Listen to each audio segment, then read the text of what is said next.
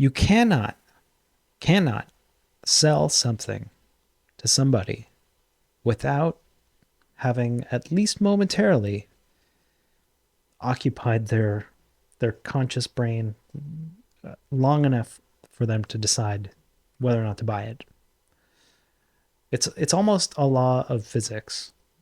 And the interesting thing is not that you have to enter somebody's mind long enough for them to buy it, because I think people maybe get that. You could probably, even if it was like a pack of gum, you're looking at a counter with gum, you're scanning, you pick one up, you think, am I going to buy it? You put it on. Even if that is a tenth of a second, you've considered something. You've looked at the color of the package. There's been some sort of consideration there. And that happens with everything that you buy, every single thing.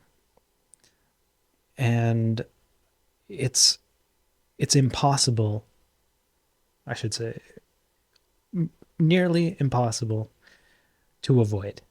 Um, and the interesting thing about that is maybe not that, yes, you need some time to consider whether or not you're going to buy something, every single thing that you buy, but that if you flip that and you're trying to say,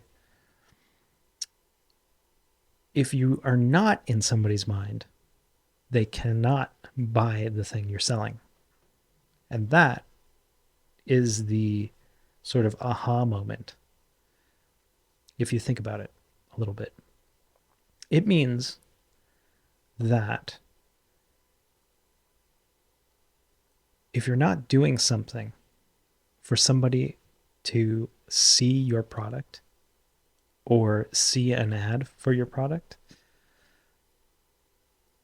and you don't have an established brand yet that would cause your product to spontaneously enter somebody's mind through something else that they're doing, that it is not possible for them to buy the product that you're selling.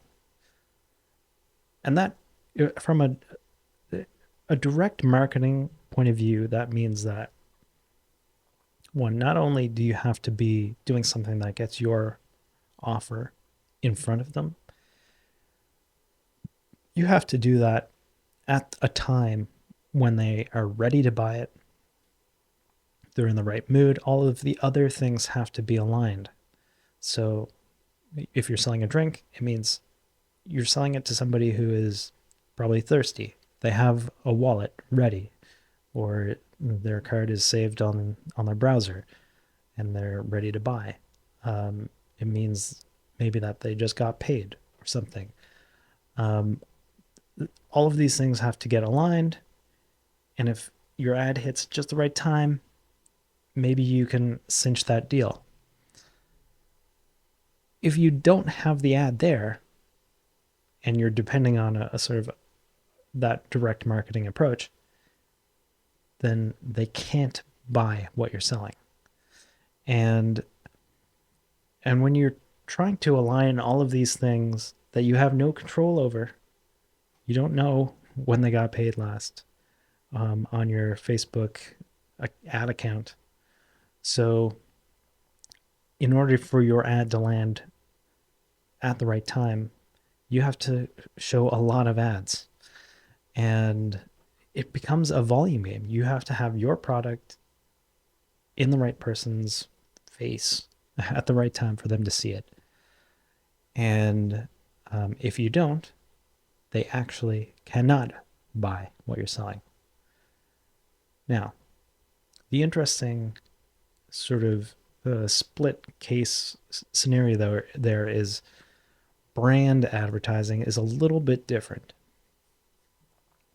because as opposed to a direct, if you don't have a brand, then this doesn't apply. But if you have a brand, that means that something else that you experience in your day-to-day life brings up an association that gets you back to the product that you're trying to sell. And so the job of a brand marketer is to build these associations.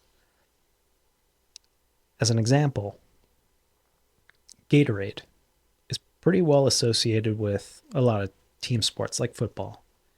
And so, pretty often, if you're playing football and you're sitting on the bench, there's going to be a bucket of Gatorade.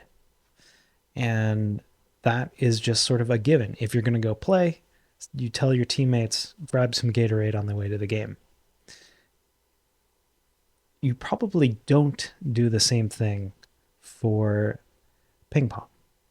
If you're playing pool or other sports that don't have an association with Gatorade, then you're not thinking Gatorade when you're going to go play those sports. You're thinking, in the case of pool, maybe you're thinking beers, or they have different associations. And when you're in that environment, you solve that association and your mind brings up what you should be buying, in those cases. Now that doesn't have to be something like sports, but it could be anything that happens in your brain.